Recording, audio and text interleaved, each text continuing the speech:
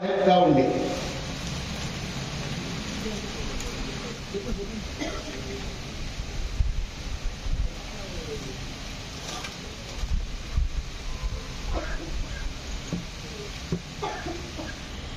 समस्त शेतकरी बहुजन आणि सर्वांचे आदर्श राष्ट्रमाता राजमाता माझी मातृदेवा छत्रपती शिवाजी महाराज, महात्मा ज्योतिराव फुले, सावित्रीबाई फुले यांच्या 150व्या जयंतीच्या निमित्तानं आपण इथे एकत्रित झाला. ती लोकराजे राजर्षी छत्रपती शाहू महाराज, विश्वभूषण आणि भारतरत्न डॉक्टर बाबासाहेब आंबेडकर, डॉक्टर भाऊसाहेब पंजाबराव देशमुख, गाडगे महाराज, संत तुकाराम महाराज, राष्ट्रसंत तुकडोजी महाराज या सर्व संत महापुरुषांना आजच्या या पावन दिवसावर मी विनम्र अभिवादन करतो. आज जो या उमरखेड शहरामध्ये छत्रपती शाहू महाराजांचा जयंती समारोह होते आहे, या कार्यक्रमाचे अध्यक्ष माननीय देवानंद मोरे पाटील आताच यांनी अगदी कमी शब्दामध्ये परंतु मार्मिक आणि अभ्यासपूर्ण असं वक्तव्य केलं, जे गेल्या अनेक वर्षापासून केवळ उमरखेड नव्हे, यवतमाळ जिल्हा नव्हे, तर महाराष्ट्राला सुपरिचित आहे. त्यांच्या वाणीमधून सुपरिचित आहे, त्यांच्या लेखनामधून सुपरिचित आहे असे आमचे मित्र माजी प्राचार्य डॉक्टर वीना कदम साहेब. या मंचावर खास करून विशेष उपस्थित असलेले दत्ताराव शिंदे साहेब, शिवाजीराव माने साहेब, मैन साहेब, नितीन भाऊ माहेश्वरी ज्यांनी प्रास्ताविक केलं, या कार्यक्रमाच्या आयोजनामध्ये ज्यांची महत्वाची भूमिका आहे ती बाळासाहेब रास्ते साहेब, मोरे साहेब, आमचे मित्र उत्तम भाऊ बरबड साहेब जे आजच्या कार्यक्रमाची सत्कारमूर्ती सुद्धा आहेत, आमचे मित्र अंभोरे सर, विठ्ठलराव हनुमतेजी जाधव साहेब, देवसरकर साहेब आणि सर्व सन्माननीय मंच, याशिवाय ज्यांचा आजच्या प्रसंगी सत्कार करण्यात आला ते सर्व सत्कार मूर्ती, पत्रकार बंधू, सेवानिवृत्त अधिकारी, कर्मचारी, शिक्षक मंडळी आणि मित्र मैत्रिणी, आज हा जो कार्यक्रम आपल्या इथे होतो आहे, मला वाटतं या कार्यक्रमाला अतिशय महत्व आहे. आज केवळ छत्रपती शाहू महाराजांचा जन्मदिवस आहे या निमित्तानं आपण कार्यक्रम घेत नाही, तर या कार्यक्रमाच्या माध्यमातून ज्या काही गोष्टी समोर येते आहेत, ज्या उलटसुलट प्रतिक्रिया येते आहेत, जे मीडियामध्ये विषय गाजत आहे, या सर्व विषयाला घेऊन याचा संबंध छत्रपती शाहू महाराजांशी आहे काय याची तपासणी सुद्धा आपल्याला करावी लागेल. सध्याच्या काळामध्ये आरक्षणाचा विषय हा ज्वलंत झालेला आहे. विदर्भाच्या पलीकडे मुंबईपर्यंत मराठा आरक्षणानं आवाज मोठा केलेला आहे, तर विदर्भामध्ये ओबीसीच्या आरक्षणाचा विषय सुद्धा मोठ्या प्रकारानं समोर आलेला आहे. सर्वसामान्य जनता जी आहे आरक्षण हा विषय घेऊन संभ्रमामध्ये आहे, भ्रम फैलविला जात आहे आणि म्हणून या सर्व गोष्टीवर जर उत्तर कोणतं असेल तर ते उत्तर म्हणजे छत्रपती शाहू महाराजांनी जे आरक्षण घोषित केलेलं होतं त्याच्या मागची भूमिका. विषय असा आहे की मराठा वर्ग आरक्षण मागत आहे. मागल्या काळामध्ये महाराष्ट्राचे मुख्यमंत्री फडणवीस साहेब होते. त्यांनी मराठा समाजाला 16% आरक्षण घोषित केलेलं होतं. अर्थात घोषित केलेलं होतं ते कोर्टामध्ये अडणारच होतं म्हणूनच घोषित केलेलं होतं. ते आरक्षण घोषित केलेलं होतं. ते आरक्षण मराठा समाजाला मिळू शकलं नाही. ओबीसीचा जर विचार करतो म्हटलं, आत्ताचं उदाहरण आहे की बिहारमध्ये नितीश कुमार मुख्यमंत्री जे होते त्यांनी टोटल रिझर्वेशन 65% नेलं, ज्यामध्ये अकॉर्डिंग टू पॉप्युलेशन रिझर्वेशन ओबीसीना देण्याचा त्यांनी प्रयत्न केला. पण आपण पाहिलं की कोर्टाने त्याच्यावर पुन्हा बंधनं घातली, त्याला थांबवलं. एकीकडे मराठ्याला 16% आरक्षण मिळू शकलं नाही, एकीकडे ओबीसीच्या आरक्षणाला ब्रेक लावण्यात आला. परंतु प्रश्न दुसरीकडे हा आहे की ईडब्ल्यूएसचं 10% आरक्षण जे देण्यात आलं ते कसं देण्यात आलं? आरक्षणाचा विषय घेताना 50%ची मर्यादा हा जो विषय समोर येतो तेव्हा ईडब्ल्यूएसचं 10% आरक्षण देताना 50%ची मर्यादा पार केली नाही काय? दुसरा प्रश्न की ईडब्ल्यूएस या आधारावर आरक्षण देता येते काय? आर्थिक आधारावर आरक्षण देण्याचं प्रोव्हिजन भारतीय संविधानामध्ये आहे काय? आणि ते जर नसेल तर ईडब्ल्यूएसचं आरक्षण का बरं घोषित केलं गेलं? म्हणजे मराठ्यांना द्यायचं नाही, ओबीसींना आरक्षण द्यायचं नाही, पण या देशातल्या विशिष्ट वर्गाला ईडब्ल्यूएसचं आरक्षण द्यायचं, त्याला कुठे कोणतंही कोर्ट रोक लावणार नाही असं या देशात का बरं? वास्तविक पाहता आपण छत्रपती शाहू महाराज आणि डॉक्टर बाबासाहेब आंबेडकर या दोनही महामानवांचे आरक्षणासंबंधीचे कॉमेंट, त्यांचे विचार लक्षात घ्यायचे आहे. छत्रपती शाहू महाराज म्हणतात, आरक्षण हा भाजी भाकरीचा प्रश्न नव्हे. Reservation is a matter of participation. हा प्रतिनिधित्वाचा मुद्दा आहे.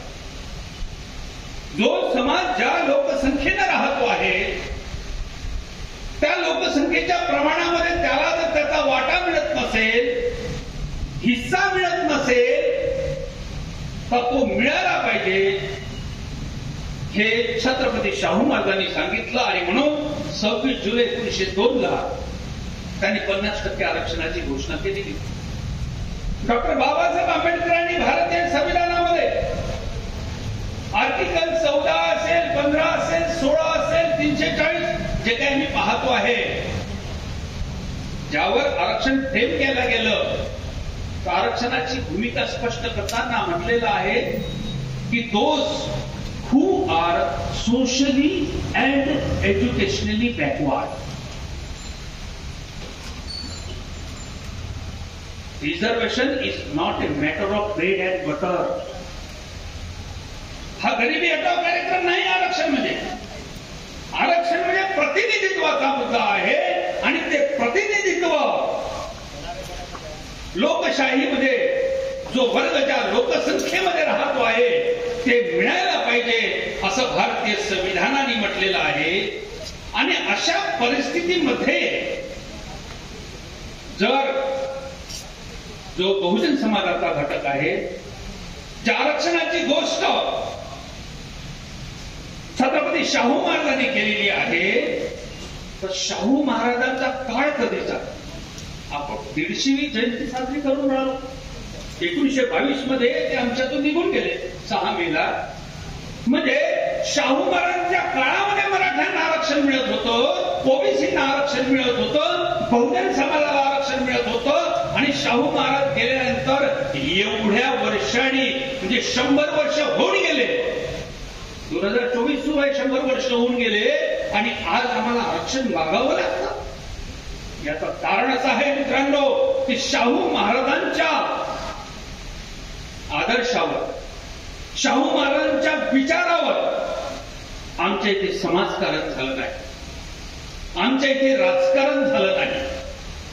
शाहू महाराज हे केवळ जयंत्यापुरते, पुण्यतिथ्यापुरते मर्यादित राहिले, आचरणामध्ये आले नाही. आणि ते जर आले असते तर एवढी मोठी लोकसंख्या आमची असताना आमच्याच आरक्षणाबद्दल आम्हाला का बरं असं दूर दूर लोटल्या गेलं असतं याचा विचार करणं अतिशय महत्वाचं आहे.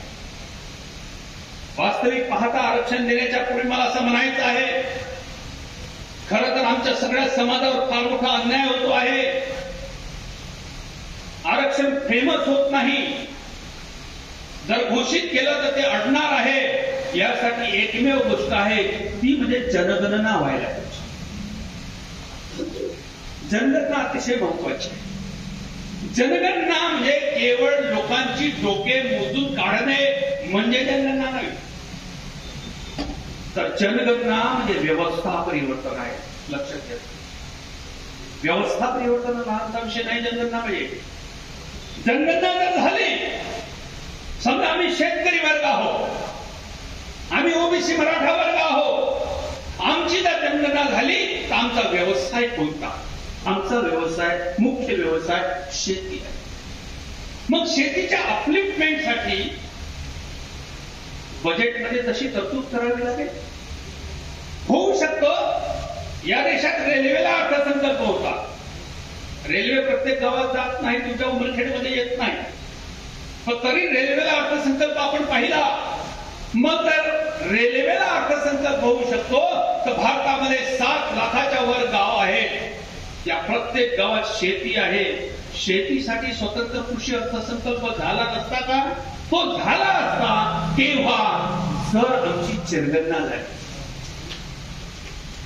जर आमची जनगणना झाली असती तर शिक्षणामधलं आमचं प्रमाण किती आहे, उच्च शिक्षणामधलं प्रमाण आमचं किती आहे, ही गोष्ट पाहायला गेली असती, जी गोष्ट छत्रपती शाहू महाराजांनी पाहिलेली होती.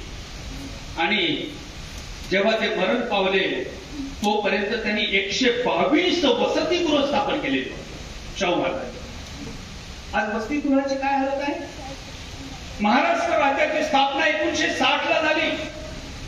आज किती वर्ष झाले तुम्ही बघा. 1960 सालापासून मराठा असो, ओबीसी असो, या लोकांसाठी एकही हॉस्टेल नाही. जर शाहू महाराज त्यांचं कोल्हापूर संस्थान, कोल्हापूर जिल्हा हॉस्टेलचा जिल्हा, वसतिगृहाचा जिल्हा असं म्हटलं जात असेल, आणि आजच्या लोकशाहीच्या देशामध्ये, स्वतंत्र भारतामध्ये जर ओबीसी मराठा प्रवर्गाला एकही हॉस्टेल मिळत नसेल, याचा विचार करण्याची गरज आहे. मला असं वाटतं की हा उमरखेड तालुका जंगल व्याप्त असलेला तालुका, लहान लहानशी खेडे आहेत. एक असं खेडा आहे की ज्या गावात 4थ्या वर्गापर्यंत शाळा आहे. म्हणजे 4था वर्ग पास झाला की 5वी मध्ये दुसऱ्या गावी पाठवावं लागतं. एक गरीब व्यक्ती आहे, तो मराठा, ओबीसी वगैरे काय, आदिवासी काय जे आहे, आणि 4थ्या वर्ग त्या गरीब माणसाची मुलगी पास झाली, 5व्या वर्गाला तालुक्याच्या ठिकाणी शिकवावं लागतं. तालुक्याच्या ठिकाणी 5व्या वर्गाच्या पोरीला जर ठेवतो म्हटलं तर हा गरीब असल्यामुळे स्वतंत्र रूम करून ठेवू शकत नाही, हॉस्टेलची सुविधाच नाही. मग अशा परिस्थितीमध्ये त्या मुलींनी शिकू नये काय?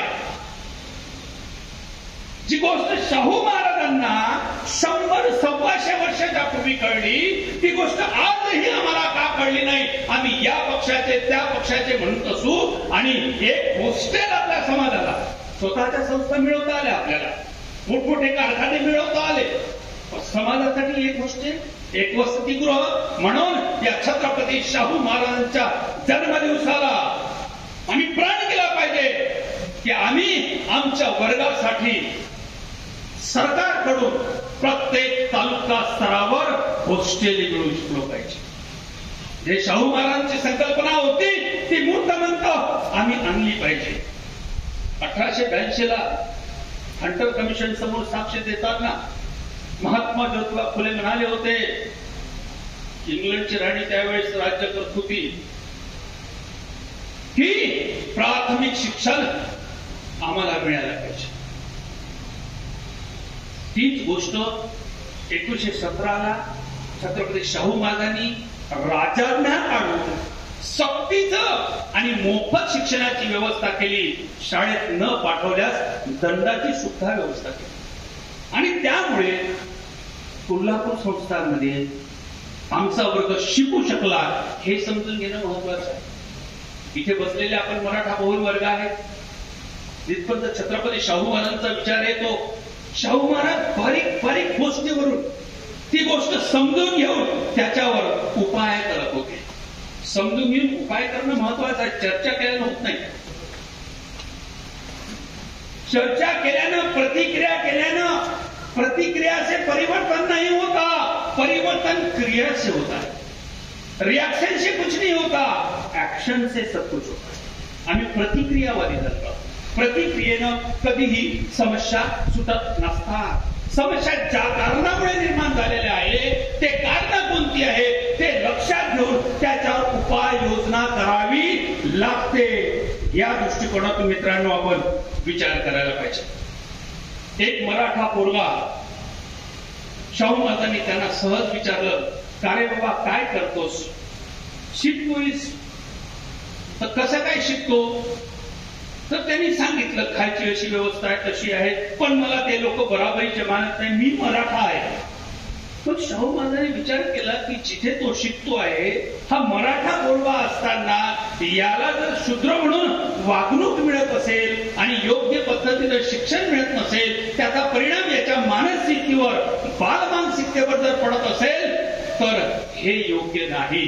आणि म्हणून शाहू महाराजांनी सर्वप्रथम अखिल भारतीय स्तरावर मराठा समाजासाठी पहिल्यांदा शिक्षणाची सुरुवात केली. पहिल्यांदा तिथे शाळा काढली आणि सांगितलं, तुम्हाला माहित आहे, जास्त दूरचं उदाहरण देत नाही, आपल्या विदर्भातलं उदाहरण देतो. विदर्भामध्ये शाहू महाराज अखिल भारतीय मराठा शिक्षण परिषदेच्या निमित्तानं खामगावला आले होते 1917 ला. आणि त्या खामगावच्या भाषणामध्ये शाहू महाराज म्हणतात की शिक्षणानेच आमचा तरुणोपाय आहे.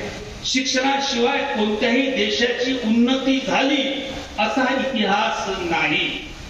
अज्ञानात बुडून गेलेल्या देशात उत्तम मुत्सद्दी व लढवय्ये वीर कधीही निपजणार नाही. आणि म्हणून शिक्षण सक्तीचं व मोफत याची आवश्यकता आहे हे सांगितलं. करंट लागला नाही आपल्या विदर्भातल्या लोकांना, पण एका व्यक्तीला करंट लागलं. सगळे लोक पटापटा भाषण देऊन गेले, झाल्यावर निघून गेले. आणि शाहू महाराजांसमोर एक पोरगा उभा होता. तो 19 वर्षाचा होता. शाहू महाराजांना लक्षात आलं का याला मला काहीतरी विचारायचं आहे. बोल रे बाबा, तुला काय म्हणायचं आहे. शाहू महाराज, तुमचे विचार मला अतिशय पटले. तुम्ही जे शिक्षणाचं काम कोल्हापूर संस्थांमध्ये केलेलं आहे अशाच प्रकारे विदर्भामध्ये व्हावं अशी माझी इच्छा आहे. 19 वर्षाचा पोरगा होता, अशी माझी इच्छा आहे. आणि म्हणून या संदर्भानं मी आपणाकडून मार्गदर्शन घेऊ इच्छितो. त्या मुलाला शाहू महाराज नाव विचारतात, तुझं नाव काय. तर तो म्हणतो, माझं नाव पंजाबराव देशमुख. शाहू महाराज त्याला म्हणतात की असं कर, तू कोल्हापूरला आहे, आपण यावर विस्तारपूर्वक काम करूया. पंजाबराव अर्थात दुसरे तिसरे काही भाऊसाहेब पंजाबराव देशमुख. शाहू महाराजांनी आमंत्रण दिलं, परंतु जेव्हा जायचं होतं तेव्हा पंजाबरावांना विदेशामध्ये शिक्षणाला जायचं काम पडलं. आणि जेव्हा पंजाबराव देशमुख शाहू महाराजांच्या भेटीला कोल्हापूरला गेले तेव्हा शाहू महाराज विदेशामध्ये गेले.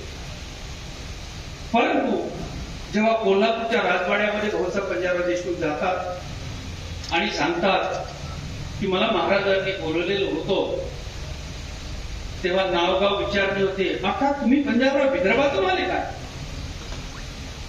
हा, महाराजांनी तुमच्यासाठी बोलणं तर आता ते नसल्यामुळे करता येणार नाही, पण मला सांगून गेले की ते जर आले तर यांना आर्थिक मदत एवढी किमान द्यावी, नंतर विस्तारपूर्वक मी बोलेल. आणि असं म्हणून 6,000 रुपये भाऊसाहेब पंजाबराव देशमुखांच्या हातावर त्यांनी ठेवले. आज श्री शिवाजी शिक्षण संस्था ज्या विदर्भामध्ये वटवृक्ष म्हणून आपण पाहतो आहे, त्याची प्रेरणा जी आहे, प्रेरणा छत्रपती शाहू महाराजांची. म्हणजे शाहू महाराज हे प्रत्येक गोष्टीमध्ये बोलते नव्हे तर करते सुधारक होते. शाहू महाराजांच्या वागण्यामध्ये, वाणीमध्ये एवढं साम्य होतं की कुठलीही व्यक्ती असो त्यांच्यावर त्याचा प्रभाव पडायचा. त्या काळामध्ये सर जॉर्ज क्लॉक नावाचे एक व्हाईसराय होते. त्यांचे शाहू महाराजांशी अतिशय चांगले संबंध होते. सॉरी, व्हाईसराय नाही, गव्हर्नर होते. त्यांचे चांगले संबंध होते. एकदा या गव्हर्नर सोबत त्यांची मुलगी कोल्हापूरला आली आणि शाहू महाराज त्या कोल्हापूरला असताना त्यांची भेट झाली. शाहू महाराज विद्यार्थ्यांना शिक्षण मिळावे यासाठी ठोस कार्यक्रम कसा आखता येईल या संबंधाने चर्चा करत होती. शिक्षणाबद्दलची शाहू राजांची जी योजना आहे ही योजना त्या मुलीनं ऐकली, त्या गव्हर्नरच्या मुलीनं ऐकली. ती अतिशय प्रभावित झाली. तिला वाटलं का हे शिक्षणाचं काम मोठ्या प्रमाणात व्हायला पाहिजे.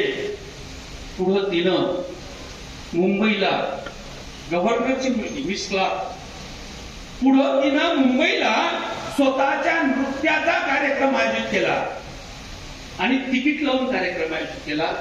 त्यापासून 5,000 रुपये, त्या काळचे 5,000 रुपये जमा झाले आणि ते 5,000 रुपये त्या मुलींनी छत्रपती शाहू महाराजांच्या हातात दिले आणि शाहू महाराज शिक्षण कार्यासाठी हे माझं योगदान.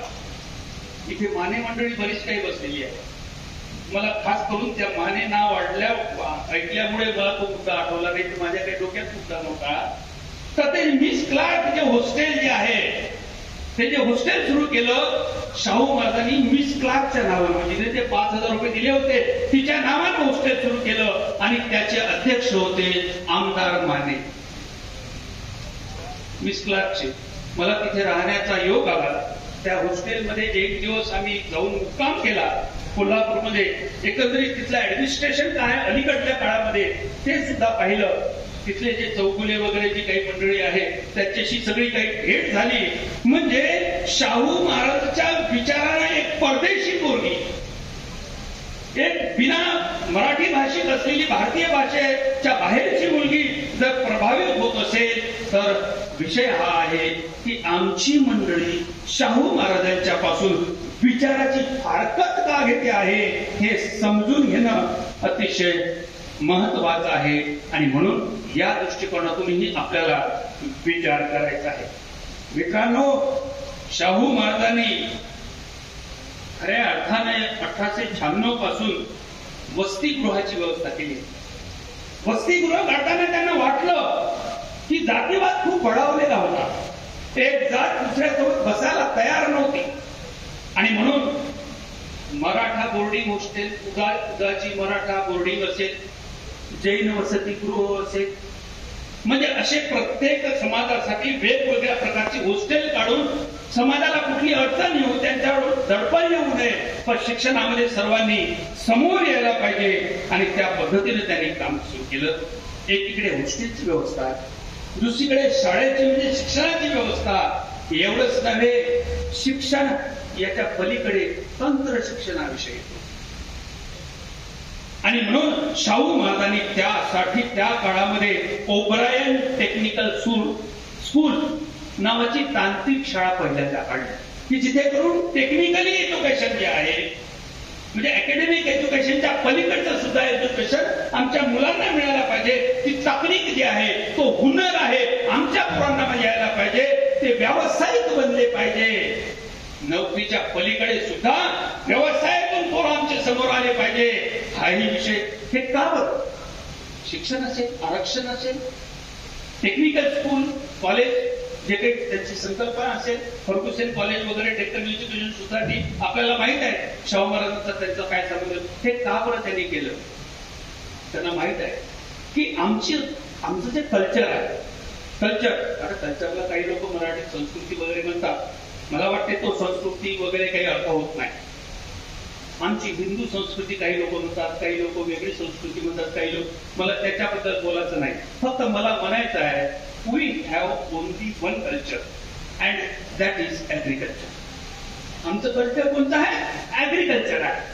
आणि आमचं कल्चरच ऍग्रिकल्चर असल्यामुळे, आमची व्यवस्था शेतकी व्यवस्था असल्यामुळे, कृषी व्यवस्था असल्यामुळे शाहू महाराज शेतकऱ्यांच्या समोर एका कार्यक्रमामध्ये म्हणाले होते की शेतकऱ्यांनो, तुम्ही केवळ शेतीवर अवलंबून राहू नका.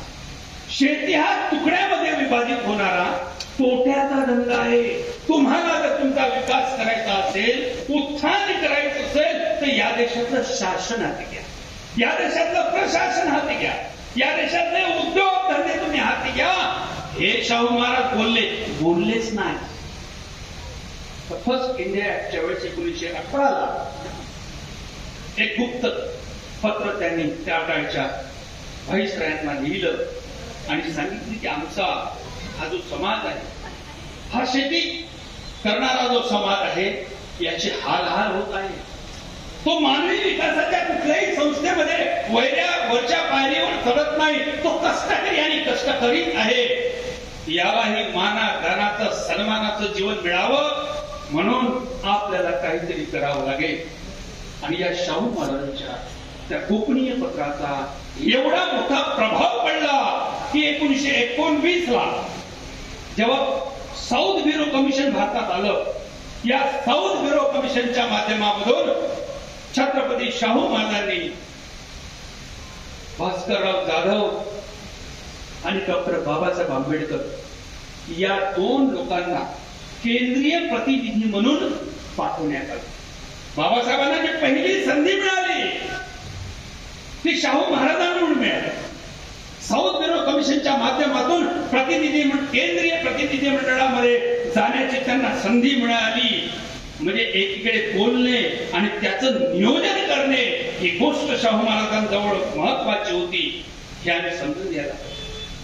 सामाजिक याच्याबद्दल काय बोलावं, त्यांचं सर्वसामान्यांशी असणारा ओलावा, याचे अनेक उदाहरणं सरांनी सांगितलं. खूप वेळ बोलता येते, भरपूर काही बोलता येते, तो काही भागच नाही. सर आणि आम्ही गेल्या कित्येक वर्षापासून या क्षेत्रामध्ये सगळे काही काम करत आहोत. आज मला अतिशय आनंद यासाठी होतो आहे की त्या काळामध्ये जेव्हा 84-85 मध्ये आमच्या घरी आम्ही शाहू महाराजांचा फोटो लावत होतो, आमची काही मित्रमंडळी यायची, अरे बाळासाहेब हे तुमचे आजोबा आहे का?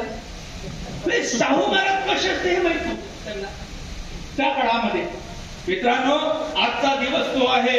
यवतमाळमध्ये पोस्ट ऑफिसच्या चौकामध्ये शाहू महाराजांचा फोटो आजपासून 20 वर्षापूर्वी लावला.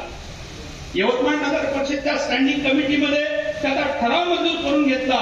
त्याला छत्रपती शाहू महाराज चौक म्हणून करून घेतला. दरवर्षी शाहू महाराज जयंती असो, प्रतियोगिता असो, स्पर्धा असो, याच्या माध्यमातून शाहू महाराजांचे विचार शेवटच्या घटकापर्यंत पर्क्युलेट कसं करता येईल याचा आम्ही प्रयत्न केला. मला अतिशय आनंद आजच्या दिवशी हे सांगताना होतो की विदर्भामध्ये गोंदिया जिल्ह्यामध्ये सिलेझरी, भंडारा जिल्ह्यामध्ये बागटी या दोन गावाला छत्रपती शाहू महाराजांचे पुतळे आपण उभारले. यवतमाळला पुतळा व्हायला पाहिजे. 4 दिवसापूर्वी आम्ही कलेक्टरला तसं कलेक्टर साहेबांना निवेदन दिलेलं आहे. तीही गोष्ट इथे सुरू आहे. कारण शाहू महाराज जर हे प्रेरणास्त्रोत असेल, शाहू महाराज हे डॉक्टर बाबासाहेब आंबेडकर आणि महात्मा ज्योतिबा फुले या दोघांना जोडणारा दुवा असेल, सुवर्ण मध्य जर असेल, तर मग या महामानवाचे विचारच आम्हाला तारक आहे. आणि ते विचार प्रत्यक्षपणे आम्हाला कृतीत आणल्याशिवाय आमचा कुठलाही विकास होणार नाही. आम्ही कोल्हापूरच्या भागामध्ये फिरतो. चौगुले नावाचे आमचे तिथले मित्र होते. त्यांच्या माध्यमातून कृष्णा हराळे नावाचे धनगर समाजाचे एक व्यक्ती भेटले. त्यांना विचारलं की तुम्ही प्रत्यक्षात इथे राहता, आम्ही तर बाहेरचे आहोत, उपरे आहोत. शाहू महाराजांच्या संबंधानं तुम्ही काय सांगू शकाल? त्यांनी एका वाक्यात सांगितलं की शाहू महाराज जर जन्मले नसते तर आम्ही फिरतच राहिलो असतो. म्हणजे कसं काय? ते म्हणाले आम्ही मेंढ्या पाळणे आमचा हा धंदा. चराईच्या निमित्तानं आम्हाला या गावाला त्या गावाला जावं लागते. पण माझे आजोबा, ते कृष्ण हराळे म्हणतात की माझे आजोबा शाहू राजांच्या नोकरीमध्ये होते आणि आमचा धनगर हा जो मेंढ्या पाळण्याचा व्यवसाय आहे हे शाहू महाराजांनी पाहिलं. त्यांनी सांगितले बाबा रे, आज तू मेंढ्या पाळतो आहे, उद्या काय? तुझी पोरं शिकली पाहिजे. तू एक काम कर, तू हे करतो इथपर्यंत ठीक आहे, तुझा मुलगा करतो हे ठीक आहे, पण तुझे नातू असेल, पुतणे असेल, यांना तू शिक्षणामध्ये टाक. शाहू महाराजांच्या आदेशामुळे त्यांनी शिक्षणामध्ये टाकलं. शिक्षणाची प्रेरणा मिळाली. ते कृष्ण हराळे म्हणतात की आज माझ्या फॅमिलीमध्ये अभियंते आहेत, DYSP आहे. आणि हे शाहू महाराजांमुळे होऊ शकलं. शाहू महाराजांनी त्या काळामध्ये आम्हाला म्हणजे माझ्या आजोबाला 2 बिघा जमीन दिली, तिथे आम्हाला घर बांधून दिलं, मला स्थायिक केलं. एवढ्या मोठा मनाचा राजा आम्ही पाहिला नाही. शाहू महाराजांमुळे आज आम्ही जाग्यावर बसलो, नाही तर फिरतच राहिलो असतो. एका पुस्तकामध्ये मी शाहू महाराजांचे दरवर्षी काय जे लिखाण करतो आहे त्याच्यामध्ये हे सगळे संदर्भ आलेले आहे. मित्रांनो, या पद्धतीने म्हणजे तो धनगर समाज असो, फासे पारध्यांचं उदाहरण तुम्हाला माहित आहे. शाहू महाराज जेव्हा कर्नाटकमध्ये गेलेले होते तिथे पारधी लोकांना पकडण्यात आलेलं होतं, गुन्हेगार म्हणून पकडण्यात आलेलं होतं. शाहू महाराजांनी विचारणा केली की यांना का पकडलं? तर हे गुन्हेगार आहेत, हे चोऱ्या करतात, हे दरोडे टाकतात, हे डाकू आहे आणि म्हणून यांना शिक्षा दिलेलीच बरं. शाहू महाराज म्हणतात की तुम्ही असं करा, हे शिक्षा देण्याचं काम मी करतो, यांना तुम्ही माझ्याकडे सुपूर्द करा, मी यांना शिक्षा देतो. त्या सगळ्या फासे पारध्यांना कोल्हापूर संस्थांमध्ये आणतात आणि त्यांना माती खोदण्याचं काम त्यांच्या हाती देतात. इकडली माती खोदायची तिथे टाकायची, इकडली खोदायची तिकडे टाकायची. काही मंडळी अरे शाहू महाराज तुम्ही कोणाला काम आहे, काम करणारे तरी लोक आहेत, यांना काम देऊन राहिले वगैरे वगैरे वगैरे. मित्रांनो, परिस्थिती ही झाली की शाहू महाराजांनी त्यांना जे काम दिलं, शाहू महाराजांच्या व्यक्तिमत्वाचा प्रभाव त्या लोकांवर एवढा पडला की जे चोऱ्या दरोडे करत होते एवढा पडला की त्यांच्या त्या कामाच्या याच्यामुळे जगप्रसिद्ध असं मातीचं पहिलं धरण राधानगरी उभं, ज्याची इतिहासामध्ये फासे पारध्याकडून करून घेतलं. एवढंच नव्हे तर जे फासे पारधी शस्त्र चालवतात अशा फासे पारध्यांना आपल्या तिजोरीचं रक्षक केलं. लक्षात घ्या, तिजोरीचं रक्षक केलं. हा इतिहास शाहू महाराजांचा. समाजाच्या पद्धत दुसऱ्या बाजूने जर जातो म्हटलं तर गंगाराम कांबळेचं उदाहरण सगळ्यांना माहित आहे, काही नवीन विषय नाही. त्यांच्यावर अन्याय झालेला होता. जातीयवादाचं प्रकरण, जे अन्यायाचं प्रकरण शाहू महाराजांच्या समोर आलं. शाहू महाराजांना वाटलं की अन्याय करणाऱ्या एका व्यक्तीला शिक्षा देण्यापेक्षा मला व्यवस्था परिवर्तन करून एक वेगळं काम करावं लागेल. त्या गंगाराम कांबळेला जागा दिली, पैसे दिले, हॉटेल टाकायला लावलं, स्वतः जाऊन चहा प्यायला लागले.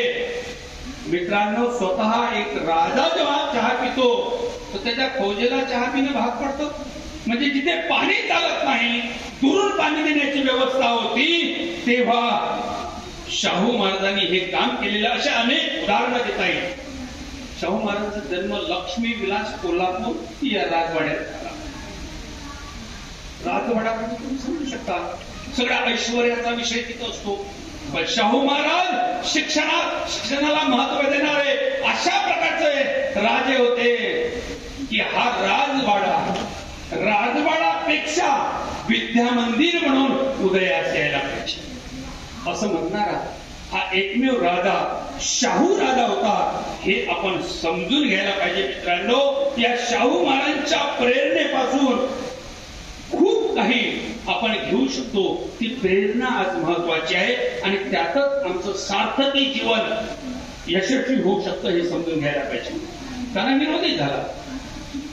प्रचंड आरक्षणाचा जेव्हा विषय आला तेव्हा विरोध झाला. शाहू महाराजांना सांगण्यात आलं की शाहू महाराज तुम्ही हे आरक्षण देता हे बंद करा, नाहीतर तुमचा रॅन्डम बनवता येते. रॅन्डम नावाचा इंग्रज अधिकारी होता, त्याचा खून करण्यात आला होता. तुमच्या रॅन्डम बनवण्यात येईल. शाहू महाराज थांबले नाही. शाहू महाराजांनी कामच सुरू ठेवलं तर पुन्हा कोल्हापूर रस्त्यावर बॉम्बची पेरणी करण्यात आली. सुदैवानं शाहू महाराज थोडे लेट पोहोचले, बॉम्बची प्रक्रिया होऊन गेली, त्यातूनही शाहू महाराज वाचले. पण शाहू महाराजांनी आपलं काम थांबवलं नाही. ते कामाशी त्यांच्या कमिटमेंटशी एकरूप झालेले होते. त्या काळामध्ये आपल्याला माहित आहे सर्वांना, अरे म्हणजे शाहू महाराज म्हणतात की आरक्षण घ्या, संसदेत जा. अरे म्हणजे कुणब्याने संसदेमध्ये जाऊन काय नांगर चालवायचं आहे, माळ्याने संसदेमध्ये जाऊन का पाल कापायचे आहे, वगैरे वगैरे हा सगळा काही प्रकार झाला. शाहू महाराजांच्या विरोधात अथनीला भाषण झालं. शाहू महाराजांच्या विरोधात या आरक्षणाच्या विरोधात शाहू महाराजांनी आरक्षण दिलं होतं त्याच्या विरोधात पंढरपूरमध्ये भाषण झालं. त्यांच्या विरोधात यवतमाळमध्ये भाषण झालं. लक्षात घ्या, कोणी केलं? टिळकांनी भाषण केलं की शाहू महाराजांचं आरक्षण हे काही रुचेनाचं नाही आहे.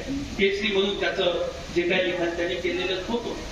शाहू महाराज थांबले नाही आणि शाहू महाराजांनी अविरतपणे हे सगळं काही केलेलं होतं. शाहू महाराजांना भीती दाखवण्यासाठी, त्याच्यावर थडपण येण्यासाठी रक्ताळलेले हात, त्या हाताचे ठसे त्यांच्या राजवाड्यावर मारण्यात आलेले होते. इंग्रजांकडे खोटे शाहू महाराजांच्या विरोधात अर्ज करण्यात आलेले होते. शाहू महाराजांचं चरित्र हनन करण्याचा प्रयत्न केलेला होता. केसरीनं विषाचे बीज पेरण्याचा कार्यक्रम चालवलेला होता. एवढंच नव्हे, वेदोक्त प्रकरण असेल की धर्म जिथे अंधश्रद्धेकडे वळतो आहे, त्याला शाहू महाराज जेव्हा विरोध करायला लागले तेव्हा शाहू महाराजांना विरोध करण्यासाठी त्यांची सावित्र आई आनंदीबाई जेव्हा मरण पावली तेव्हा एकीकडे आनंदीबाईची चिता पेटत होती तर दुसरीकडे शाहू महाराजांच्या राजवाड्याला सुद्धा आग लावण्यात आलेली होती. मित्रांनो, हे सगळे प्रकार शाहू महाराजांच्या काळामध्ये आलेले होते. त्यांचा शेवटी त्यातच शेवट झाला असं म्हणण्यात येते. बडोद्याचे सयाजीराव गायकवाड यांच्या नातीचं लग्न होतं. त्या लग्नासाठी शाहू महाराज बडोद्याला गेले होते आणि आराम म्हणून मुंबईच्या पन्हाळा लॉजमध्ये ते थांबले होते. शाहू महाराज हिप्पाड माणूस, 6.5 फूट उंचीचा माणूस, पहिलवान माणूस, कसरती माणूस, ज्यानं स्वतः एवढ्या व्यायामशाळा सुरू केल्या असा तो कसरती माणूस. पण एवढा पहाडासारखा धिप्पाड माणूसही केसानं गळा कापावा अशा प्रकारे त्या माणसाला घात करण्यात आला. त्याच्यावर विष प्रयोग करण्यात आलं असं म्हणण्यात येतं आणि त्यामुळे 6 मे 1922 पन्हाळा लॉजमध्ये शाहू महाराज मृत्युमुखी पडले. त्यांनी 50 वर्ष सुद्धा आयुष्याची पूर्ण पाहिजे. म्हणजे तुमच्या 1874 ते 1922 50 वर्ष सुद्धा ज्यांनी पाहिले नाही. एवढ्या कमी अवधीमध्ये 94 मध्ये त्यांच्या हातामध्ये राजसत्ता मिळाली.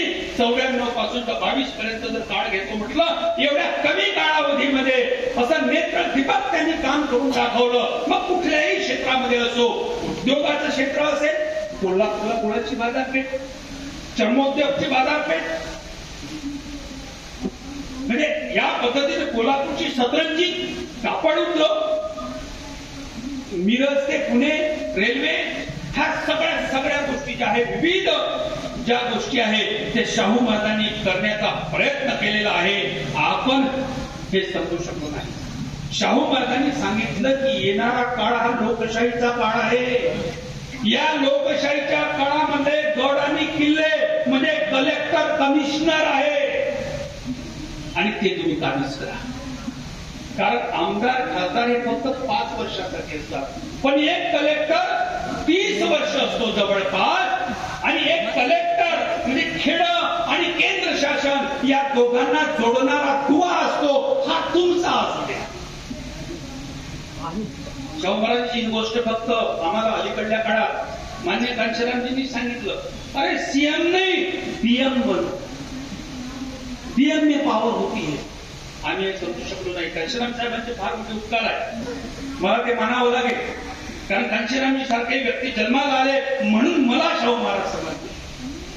शाहू महाराजांचं चरित्र आणि संपूर्ण भारतामध्ये पसरवणारे एकमेव व्यक्ती जर कोणी असेल तर ते मान्यवर घनश्यामजी साहेब आहे. त्यांचं योगदान आपल्याला नाकारता येणार नाही. आम्ही प्रत्यक्षात जेव्हा कोल्हापूरला मान्यवर घनश्यामजी साहेबांनी जन्मदिवस, शाहू महाराजांचा जन्मदिवसाचा कार्यक्रम घेतलेला होता, त्या निमित्तानं त्याची जी लगबग होती शाहू महाराजांच्या प्रती, ते स्वप्न शाहू महाराजांचं पूर्ण झालंच पाहिजे, हे कमिटमेंट त्यांनी जे घेतलेलं होतं ते कमिटमेंट आमच्या लक्षात आहे. आणि त्यामुळे बघा सरांनी संदर्भ दिला, कदम सरांनी, की पुणे विद्यापीठाला आम्ही ट्रकभर सह्याचं निवेदन देऊ गेलो की पुणे विद्यापीठाला छत्रपती शाहू महाराजांचं नाव मिळायला पाहिजे.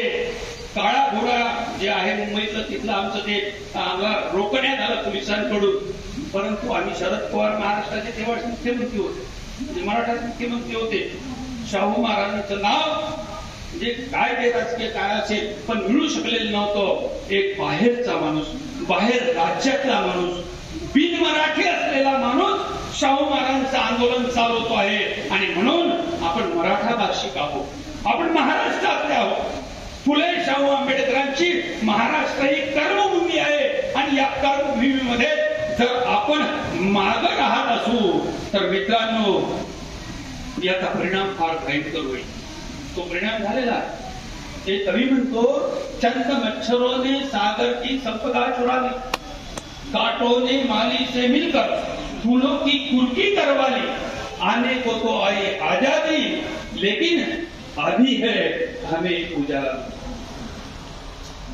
ते संविधान आपण म्हणतो आहे, भारताला संविधान लागू आहे, पण खरं भारत संविधानिक राष्ट्र आहे का?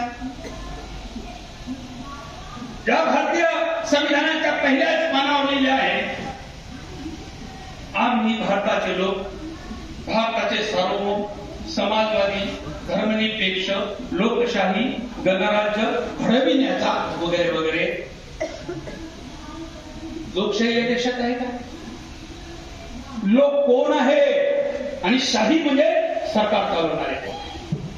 बघा, लोकांच्या हातात सरकार नाही, इथे लोकशाही नाही. लोकतांत्रिक म्हणजे लोकांच्या हातामध्ये तंत्र नाही, विशिष्ट लोकांच्या हातामध्ये इथे तंत्र आहे. इथे परीक्षा सुद्धा नीट होत नाही. आपण सगळं काही पाहिलेलं आहे. कुठलीच गोष्ट व्यवस्थित इथे होताना आपल्याला दिसत नाही. मग ते मंदिर असेल तरी त्याला बगदार पडतं, ते झिलकतं. किंवा परीक्षामधूनही मार्क कुठल्या कुठं चालले जातात. ईव्हीएमच्या बद्दल तुम्हाला माहित आहे, ईव्हीएम म्हणजे लोकतंत्र की हत्यारी मशीन, एलन मस्कनी म्हटलेलं आहे. साध्या साध्या माणसाचं बोलत नाही. भट्टाचार्य जो सॉफ्टवेअर इंजिनियर आहे, जो हे सॉफ्टवेअर तयार करतो, त्यांनी म्हटलेलं आहे की ईव्हीएमच्या माध्यमातून इथं धोका होतो आहे. मित्रांनो, असं जर चालत असेल तर आम्हाला विचार करावा लागेल की आम्ही स्वतंत्र भारतात आहोत. आमच्या पूर्वजांनी या देशाला स्वतंत्र होण्यासाठी मोर्चे केले, आंदोलन केले, सगळं काही केले. देश हा आजाद करण्या कोण होत भांडले, देश हा आजाद करण्या कोण होते भांडले.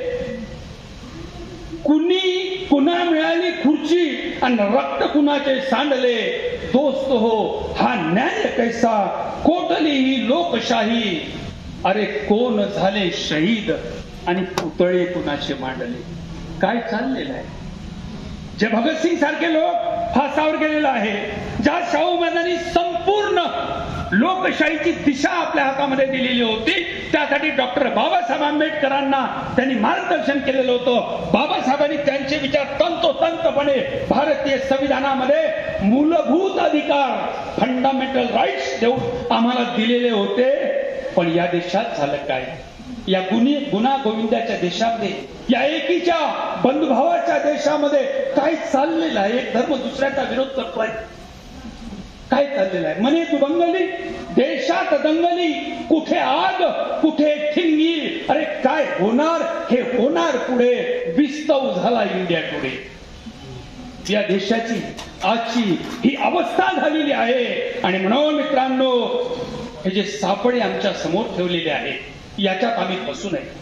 आमचे उद्धार करते, आमचे महापुरुष आहे, त्यांचे विचार आहे, त्यांच्या कृतीवर आम्हाला चालावं लागेल. नाहीतर धर्मांध सापळे हे योजून योजकांनी केले गुलाम मनुजा, स्वार्था जणू न येथे हा कार्यक्रम इथे चालणार आहे. मित्रांनो, खास करून माझा उल्लेख झाला की तरुणांनी इथे राहायला पाहिजे, तर त्यांचं भवितव्य आहे. पण तरुण दिसत नाही. तरुण जर इथे दिसत नसेल, केवळ गणपती मांडताना, दुर्गादेवी मांडताना, मंदिराचं आंदोलन छेडताना, अफवेच्या राजकारणाला बळी पडताना जर तरुण दिसत असेल, तर मग आमचं काय होणार आहे? मित्रांनो, तरुणांनी समोर येणं ही अतिशय गरज आहे. आम्ही सगळे 60च्या वर 50च्या वर वगैरे झालेले लोक आहो. आमच्या परीनं जे काही आहे ते म्हणतात ना, पण ती वीसताना थोडीशी फडफड करते, तो फडफडण्याचा प्रयत्न आहे. जर तरुणांनी साथ दिली नाही तर त्यांच्यासाठी भवितव्य अतिशय खराब असेल. तरुण हे करू शकतात, त्यांच्यामध्ये क्रांतीची ताकद असते. एक शायर म्हणतो, रंग कुची का तस्वीर बदल देता है, रंग कुची का तस्वीर बदल देता है, एक हल्का सा दर्द जिंदगी बदल देता है. कौन कहता है युवा है किस्मत का गुलाम, कौन कहता है युवा है किस्मत का गुलाम, युवा वो चीज है जो जिंदगी की तकदीर बदल देता है. मित्रांनो, पण हे तरुणांनी जर आपल्या अंगावर घेतलं, तरुणांनी हे समजून घेतलं, तर हे होऊ शकेल. अरे, समस्या आमच्या आहे आणि राज्यकर्ते ते आहेत, ते समस्या सोडवतील काय? काय आमच्या कापसाचे भाव, काय आमच्या सोयाबीनचे भाव, पेट्रोलचे भाव, गॅसचे भाव का बरं वाढतात? जे लोक याचे कारणीभूत आहेत त्यांना जर आम्ही निवडून देत असू तर प्रश्न सुटेल काय? सभा भरली उंदरांची आणि अध्यक्ष झाला बोक्या, तर न्याय मिळणार आहे काय? सध्या काय चाललेलं आहे? मला वाटतं हे सगळं काही होऊन राहिलेलं आहे. आणि म्हणून मित्रांनो, आम्ही विचार करायला पाहिजे की हे आम्हाला बदलवायचं आहे, हे बदलवणं आमची गरज आहे. हे जर झालं नाही तर लोकशाही वगैरे याच्यावर कोणाचा विश्वास राहणार नाही. एक कवी म्हणतो, ज्वानी तरारली अन बंधन तुटून गेले, मस्ती मध्ये दिवाने लाखों मिटून गेले. कितीतरी वर्ष झाले, बाळंत झाली नाही, दोस्ता हवी कशालाही वांजोटी लोकशाही. अरे, ज्या लोकशाहीने आम्हाला काहीच दिलं नाही, तो लोकशाहीच्या डोराला जे बाबासाहेबांनी म्हटलेलं होतं, 26 नोव्हेंबरला म्हटलेलं होतं, संविधान दिवसावर म्हटलेलं होतं की संविधान कितीही चांगलं असलं पण राबवणारे लोक प्रामाणिक नसेल तर त्या संविधानाचा काही फायदा होणार नाही. नेमकं तसंच होते की नाही ही पाहण्याची मित्रांनो आमच्याकडे वेळ आलेली आहे. आणि म्हणून आम्हाला विचार करायला पाहिजे. शाहू महाराज जर त्या काळामध्ये व्हिक्टोरिया मराठा बोर्डिंग बांधू शकतात, मुस्लिम समाज जरी असेल तर त्यांच्यासाठी वसतिगृहाची व्यवस्था करून मोहमेडन एज्युकेशन सोसायटी स्थापन करू शकतात. शाहू महाराज प्रिन्स शिवाजी मराठा बोर्डिंग काढत असेल, अशा पद्धतीने वसतिगृह आणि सगळे काही व्यवस्था शाहू महाराज जर आपल्यासाठी करत असेल तर मग आम्ही विचार करायला, मित्रांनो आपण विचार करायला पाहिजे. बाबासाहेब म्हणतात की धन्य आहेत ते लोक जे निश्चय करतात, चांगले घडो अथवा वाईट, धगधगते ऊन असो वा वादळ, यश मिळो अथवा अपयश, आम्ही तोपर्यंत थांबणार नाही जोपर्यंत आम्हाला मानवप्रत प्राप्त होणार नाही. आम्ही एक मशीन झालेला आहोत. दर 5 वर्षांनी आम्ही त्यांना मतदान दानच शिकलो. आम्ही मतदान, कन्यादान, गोदान. अरे एवढ्या वर्षापर्यंत मुलगी वाढवली, सी सू सर्व काही केलं आणि तिला कन्यादान म्हणजे आता दान दिली पण काही कर, माया पुढीचं मारून टाका, काही कर. दानच शिकवलं आपण नाही का? सगळे संदर्भ बदलून गेले. न्यायाधीशाला न्यायमूर्ती, प्रधानमंत्र्याला पंतप्रधान. मला कळतच नाही कुठून शब्द आणले हे. प्राईम मिनिस्टर आता पंतप्रधान होतो का? कोणती केम्ब्रिजची युनिव्हर्सिटी बघा की कुठली बघा तुम्ही, होतो का? प्रधानमंत्री, प्राईम म्हणजे प्रधानमंत्री म्हणू शकतो, त्यांना पंतप्रधान म्हणतो का? पण इथे मराठीत पंतप्रधान म्हणतो, याचा अर्थ काय? की या देशाचा प्रधान तोच असला पाहिजे जो पंत असेल. म्हणजे तिथेही आरक्षण, आमच्या आरक्षणाला विरोध, पण तिथेही आरक्षण. मित्रांनो, शाहू महाराजांनी आदेश काढलेला होता की हे चालणार नाही.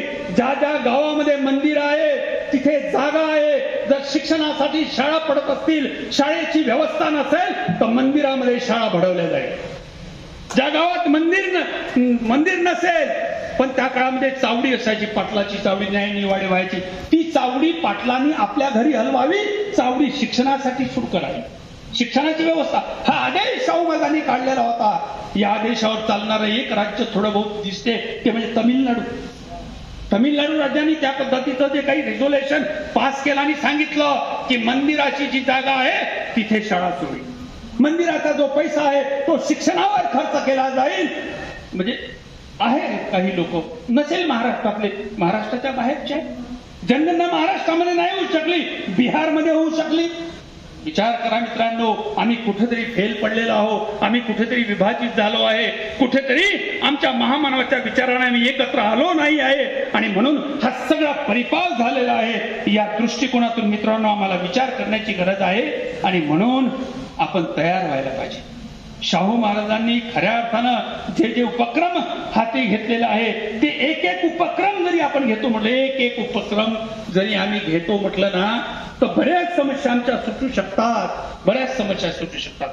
शाहू महाराजांनी शेतीच्या संबंधाने केलेलं जे काही आहे नियोजन, मी कृषी नियोजनाबद्दल बोललो नाही, त्यांच्या समाज व्यवस्था त्यांना जी अपेक्षित होती त्याच्याबद्दल त्यांनी जे केलेलं कार्य आहे त्या संबंधानं बोललो नाही. फार मोठा व्यापक असा तो विषय आहे, म्हणून आपण वाचायला पाहिजे. महिला ज्या आहे त्या महिलांनी खऱ्या अर्थानं विज्ञानवादी दृष्टिकोन, बुद्धिवादी दृष्टिकोन ठेवायला पाहिजे. पण आम्ही काय करतो, एक तर पहिली गोष्ट महिला ऐकतच नाही. महिलाचा फार मोठा फरक पडतो. घरी महिलाच असतात, वडील कामासाठी जातात, ड्युटीवर जातात, मुलाच्या जवळ सर्वात जास्त संबंध आईशी येत असतो आणि आई ज्या मताची असेल तसा मुलगा घडत असतो, तसा मुलगा घडत असतो. दारूच्याही व्यसनापेक्षा अंधश्रद्धेचं व्यसन फार मोठं आहे आणि ते व्यसन आईकडून मुलाला मिळत असते. लक्षात घ्या, सावित्रीबाई फुल्यांनी एका जागी म्हटलेलं आहे की ज्ञान नाही, विद्या नाही, ते घेण्याची गोडी नाही, अरे डोकं असून चालत नाही तयास मानव म्हणावे काय. त्या काळामध्ये सावित्रीबाई फुले म्हणाल्या होत्या. आजही आम्ही काय करतो, कोणता तरी बाबा अमरावतीला येतो, नवनीतबाई त्याला बोलवतात आणि बाबा म्हणतो काय पोरांच्या पाचशी ठिका करता, बेलाचं पान घ्या, त्याला सहज लावा आणि महादेवाच्या पिंडीवर वाहा, पोरं पासून जातात. आणि मग आमचे व्हॉट्सअप बंधू त्याच्यावर उपाय नाही, मग तो मेसेज फॉरवर्ड, फार चांगलं काम केलं. अरे मेसेज फॉरवर्ड केल्यानं, प्रतिक्रिया दिल्यानं काहीच नाही होत, त्याला तुम्हाला क्रियाकडे वळावं लागेल. उदाहरण देतो, मला जानेवारीच्या संबंधानं म्हणजे 3 जानेवारीच्या संबंधानं पुलगावरून एक फोन आला. नुकतंच डिसेंबरमध्ये अमरावतीमध्ये ते बाबा मिश्रा बाबा येऊन गेलेले होते आणि त्यांनी तो कार्यक्रम सांगितला होता, बेलचा ते सहजाचा, ते सगळं गाजत होतं. आणि मला फोन आला, म्हणे 3 जानेवारीला सावित्रीबाई फुलेंची जयंती आहे, तुम्हाला वक्ता म्हणून यायचं आहे. आयोजक मंडळी माळी समाजातली अर्थात होती. म्हटलं मी येऊन भाषण देऊन काय करणार, एका तासाच्या भाषणात 1-2 दिवस काय प्रभाव राहील, बाकी विसरून जाल तुम्ही. नेहमीप्रमाणे जे होते ते होऊन जाईल. एक काम असं करा की हा जो जानेवारी महिना आहे, 3 जानेवारी सावित्रीबाई फुलेंची जन्मदिवस आणि त्यानंतर जिजाऊंचा 12 जानेवारी जन्मदिवस आहे, म्हणजे महानायकांचा हा महिना आहे, जन्म महिना आहे. म्हणून आम्ही जिजाऊ सावित्रीच्या लेखी आयोजित विचार वान परीक्षा, वान का म्हटलं, वानाचा महिना असतो जानेवारी, 14-15 तारखेला काहीतरी ती संक्रांतीच असते नाही का, मग वाण वाटतो आपण, कुठे चिरकुंड काहीतरी ढमकं असं तर घेणं देणं विचाराचं काहीच नसते. म्हटलं विचार वाण परीक्षा. मग त्यांना म्हटलं पुस्तक मीच प्रोव्हाइड करतो, पेपर मीच काढतो, ते पुस्तक सगळ्या महिलांना द्यायचं, त्या पुस्तकावर पेपर घेण्यात येईल, फक्त महिलांसाठी विचारवान परीक्षा. पुलगावला अहिल्याबाई होळकर जो सभागृह आहे त्या सभागृहामध्ये सगळ्या बायकांना बसवलं, 100-150 बाया, आणि मग त्यांना सावित्रीबाई फुले असेल, ताराराणी, केवढा मोठा इतिहास आहे. ताराराणी काही लहानचं नाही, फार मोठं साम्राज्य आहे. ताराराणीने जे सांभाळलं इतिहासामध्ये तेवढी मोठी राणी कोणती मध्ययुगीन भारतामध्ये झाली असं मला वाटत नाही. अहिल्याबाई होळकर आहे. ह्या ज्या महिला आहे, महामहिला आमच्या आहे, यांच्या जीवनाशी संबंधित असणारं जे काही आहे, आणि सगळ्या बायका लागल्या कामी. आणि मग त्याच्यातून बक्षीस ठेवले, पहिला, दुसरा, तिसरा, चौथा, पाचवा वगैरे त्यांना बक्षीस दिले. बक्षीस हे काही नाही, पण ते जे बेलाचा विषय आहे त्याला तुम्हाला कुठेतरी कृतीमध्ये आणावं लागेल, त्याला विचाराकडे न्यावं लागेल. आणि जशीही ते आली, मग बायांचे आम्हाला फोन यायला लागले, म्हणे भाऊ म्हणे ते पुस्तक दिलं ना, तर त्या वाहनात हे काय वाटायचं, पुस्तकच वाटतं म्हणे. आम्ही मी पुण्याला बोललो, म्हटलं बा पुस्तक द्या, आम्हाला पुस्तक लागते. आणि त्या महिलांनी त्या वाहनाच्या ह्याच्यामध्ये ते जे पुस्तक आहे आमच्या महामहिला, ते पुस्तक वाटलं. कुठं तरी असा प्रयत्न करा. केवळ व्हॉट्सअपनं यानं त्याला फॉरवर्ड केल्यानं कुछ भी नाही होता. तोही वाचत नाही, दुसऱ्याला फॉरवर्ड करते, तोही वाचत नाही, आणि चले फॉरवर्ड करणे. फॉरवर्ड जमात पैदा होऊन जाते, परिवर्तन नाही होता. बरोबर आहे ना. म्हणून आपल्याला कुठेतरी ऍक्शन प्लॅन घ्यावं लागेल आहे. एक ऍक्शन प्लॅन घ्या. अरे शाहू महाराजांची उद्योग नीती फक्त लक्षात घ्या. आपण शेतकरी या कच्चा माल, आपल्या जेव्हा कच्चा मालावर प्रक्रिया करणारे अनेक उद्योग आपण तयार करू शकतो. सोयाबीन सारखा विषय आहे, 28 प्रकारचे प्रॉडक्ट्स त्याच्यापासून तयार होतात. आपल्याकडे कच्चं सोयाबीन मोठ्या प्रमाणात आहे. कशाला त्या व्यापाऱ्यांची याची त्यांची आपण हे करतो, कशाला नाही का. आपला तसे हाल होत आहे, बरं शेतकऱ्यांचे हाल होत आहे, आम्हाला कळतच नाही. काही लोक म्हणतात की शेतमालाला जो भाव आहे तो MSPचा हमी भाव मिळाला पाहिजे होते. अरे काय मूर्खासारखं बोलता तुम्ही. MSP शब्द चुकीचा आहे राजा. शेतमालासाठी MSPचा अर्थ काय होतो, MSP म्हणजे मिनिमम सपोर्ट प्राइस. मिनिममचा अर्थ मराठीत काय होतो, कमीत कमी. म्हणजे शेतकऱ्याच्या शेतातून जो माल निर्माण होतो त्याला किंमत कशी, मिनिमम, कमीत कमी. त्याला काय म्हटलंय, सपोर्ट प्राइस. अबे जे कमीत कमी किंमत असेल ते सपोर्ट प्राइस होईल का, त्याचं शोषणाची प्राइस होईल. पण त्या शेतकऱ्याला जर रासायनिक खत लागलं, कीटकनाशक लागलं, तर MSP भेटत नाही. बॅगेवर काय लिहून आहे, MRP म्हणजे मॅक्झिमम रिटेल प्राइस. म्हणजे उद्योगपतीच्या कारखान्यातून आला माल तर त्याची किंमत MRP मॅक्झिमम रिटेल प्राइस. आणि शेतकऱ्याच्या शेतामधून माल आला त्याला MSP मिनिमम सपोर्ट प्राइस. त्याचा काय हमी भाव मागता तुम्ही, मिनिमम म्हटलं आहे ना. अरे तो शब्दच चुकीचा आहे ना. पण नाही, आमच्या बोकांनी तसे शब्द बसून टाकले, शब्दाच्या जालामध्ये आम्ही फसून गेलो. आम्हाला म्हणायचं आहे की उत्पादन खर्च अधिक 50% नफा आणि महागाई निर्देशांकानुसार आमच्या शेतमालाला भाव मिळाला पाहिजे, हे आमची मागणी आहे. म्हणजे प्रत्येक गोष्टीमध्ये आपल्याला नेमकं काय करायचं आहे, हा सगळा विषय घेऊन मित्रांनो आम्हाला चालायचं आहे. कारण शाहू महाराजांचा विचार करताना शेतीचा विचार आम्हाला करावा लागणार आहे. शाहू महाराजांचा विचार करताना शिक्षणाचा विचार आम्हाला करावा लागणार आहे. आरक्षण जो विषय आज गाजत आहोत, या आरक्षणाच्या बद्दल ज्या काही होते आहे, फार काही चाललेलं आहे. मला एक म्हणायचं, भारतीय संविधानाने सर्वांना आरक्षण मागण्याचा अधिकार दिलेला आहे.